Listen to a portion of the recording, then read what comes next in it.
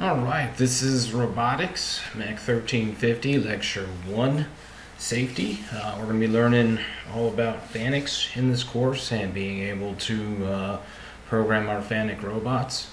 We currently have 4 in our classroom right now. We have the big full-size one, and then we have 3 cart FANUCs that you guys are all going to be programming. So, due to making sure we get enough time to get into programming, we're going to be watching all the lectures online. I'll cover anything else in class that we need to, more in-depth stuff with the teach pendant and things like that.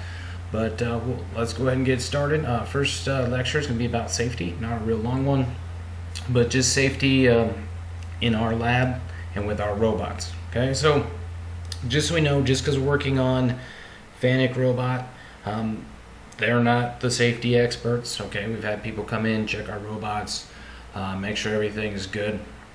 It's our responsibility to make sure that we all take the precautions.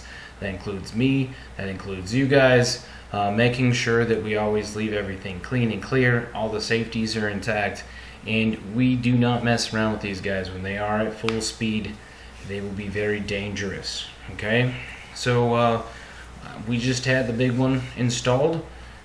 You guys will be using it as well. We did a lot of safety considerations I'm going to talk about when we go through here. You know, we are in a school setting, so we had to get some extra safety precautions. We want to make sure that you know, we have a vision system on that one. We have a tool changer. You guys really need to be careful about maneuvering around things and stuff like that.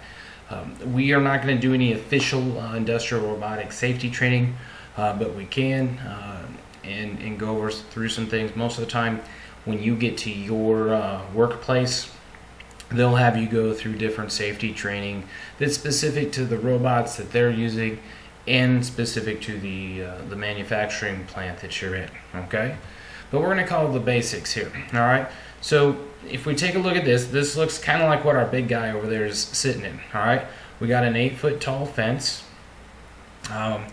The DCS barrier, that's built into our FANUC programming, so we can control the XYZ coordinates so it knows when to stop, when to start. All right, we have safety on our gate, so that robot, if the gate is open, the robot will not open. Okay, if we have a light curtain that shows down below, if there's anything else in there other than the table that's in there and the robot, it's not going to work. All right, unless you're in charge and you're holding the teach pendant. So we'll talk about those different safeties. So in auto, you're not going to be able to go in there and get crushed, okay? So that's kind of the big thing on there. But we do have all these extra safety barriers in place. We actually have hard stops on our robot too. So there's some limit switches, so no matter what, if the DCS fails, the hard stop, okay, the limit switch will step up, okay? So different safety that we need to do because A, we're in a school environment, and B, these can be very, very dangerous. All right, but important here, safety for us. All right, do not work on the robot unless I am present and I am with you.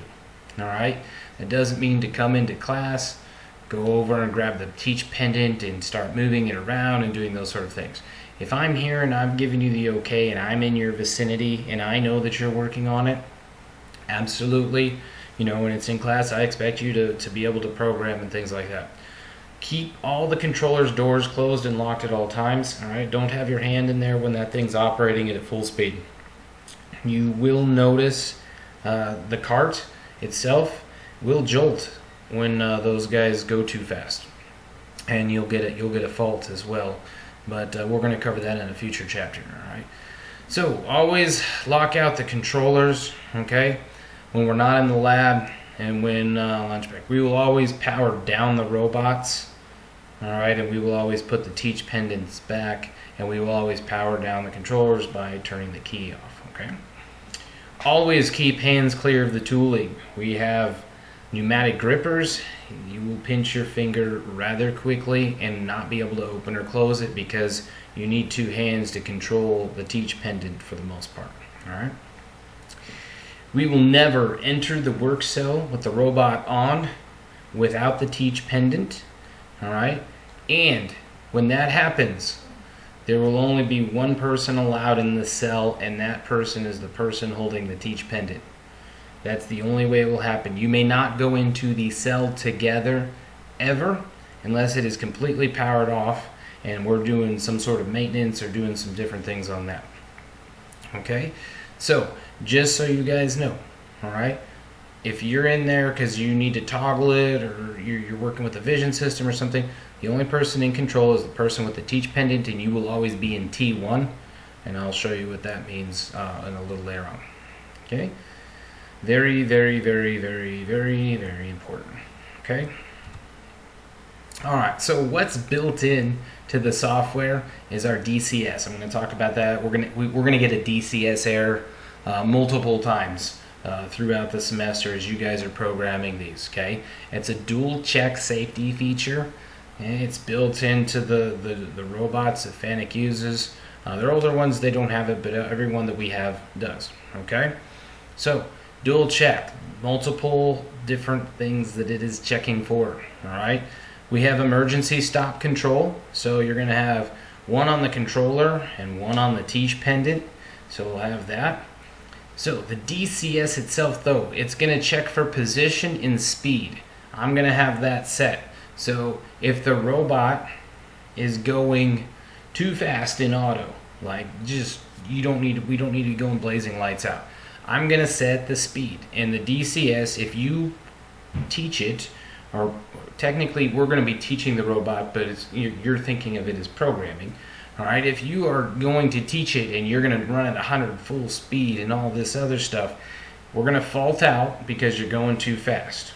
Okay, because I'm going to put speed check in there. It can also do position check, so I can make it so the robot can't reach up all the way to the ceiling or reach to certain points. Okay, so we can do position check and speed check. So I can also do the position check whether we're in joint or Cartesian coordinates, and I can also control it in the T1, okay, speed check mode. So there's other barriers. So if you kind of get a grasp of what, like the essentially, if you look at the picture here of the robot, we can limit exactly how much the robot can move, so that it's only moving in what we call its own working envelope. So this is a picture of its working envelope. So the robot on the left is very restricted. So you can see that it only allows that like half moon, half arc kind of sweeping motion. There's limits on the axis. So if you go over those limits, okay, the robot's not gonna start, or it's gonna fault out, and for you to start it back up, you have to jog it back into position. So we're gonna limit how far the axis can move. All right, we're gonna make it so, you know, the robot's arm may not be able to extend all the way. We're only gonna allow it to extend certain positions. I'm gonna have to put something in, or it might already be designed in for you guys by the time I'm done making my videos, but you know, so that you cannot hit the camera that's sitting there, because we have a really nice camera that was donated to us, so we have a vision system for our robot.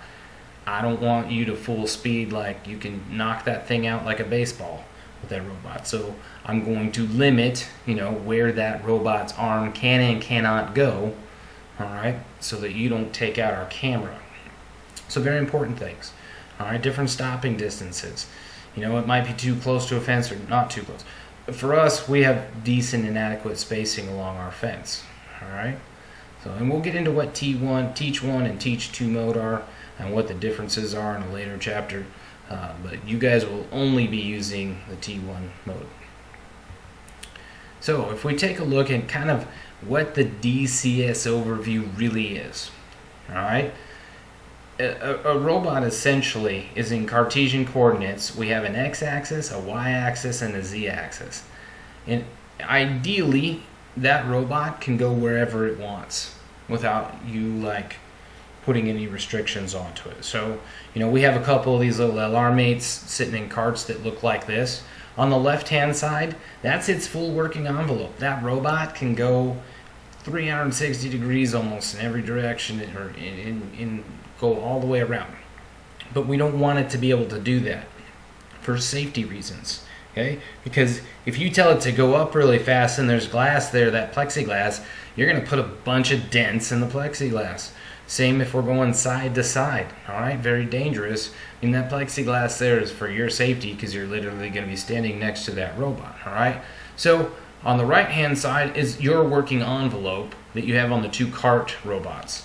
Now there's another cart robot that uses a light curtain, and obviously our big robot, we got all kinds of different safety features in there. So this is really what we're going to do here is you're going to work inside this envelope. And it's okay if you try to go outside that envelope because it's going to fault and you got to know how to get back inside. All right? Because the robot will automatically stop. So that's the whole point of the safety. It's not protecting the robot, it's protecting you and it's protecting the equipment that's around there. These guys move very fast, 6 feet per second. All right? Very, very fast at their top speed. And they weigh a lot, they will crush you, they will hurt you. They will destroy stuff. So safety is very, very important. Okay? Protecting you and protecting the equipment and tools and all the other aspects that are in the vicinity of the robot. Robots are awesome, but you have to make sure that you're being safe around them. Okay? So the dual check safety process, all right? We have the data, and then the process is cross-checked by the two computers, all right? So that, you know, if we got, it's kind of a redundant system that's checking back and forth, all right, to make sure that, you know, nothing bad's going to happen. We can also monitor other situations and things like that, all right? But for the most part, this is where the whole dual check safety system comes into play. All right, so next, after this, we will be taking the pre-test. I don't expect you guys to know everything on this or maybe even anything on this piece, but it is important because we have to establish a basis, and then you guys at the end of the course, in the end of the semester, you'll be taking the final. That's going to be part of your certification. All right, you got to get through all the labs and you got to get 100% on your post-test to earn your handling tool certification. So next lecture, we're going to be learning about some programming.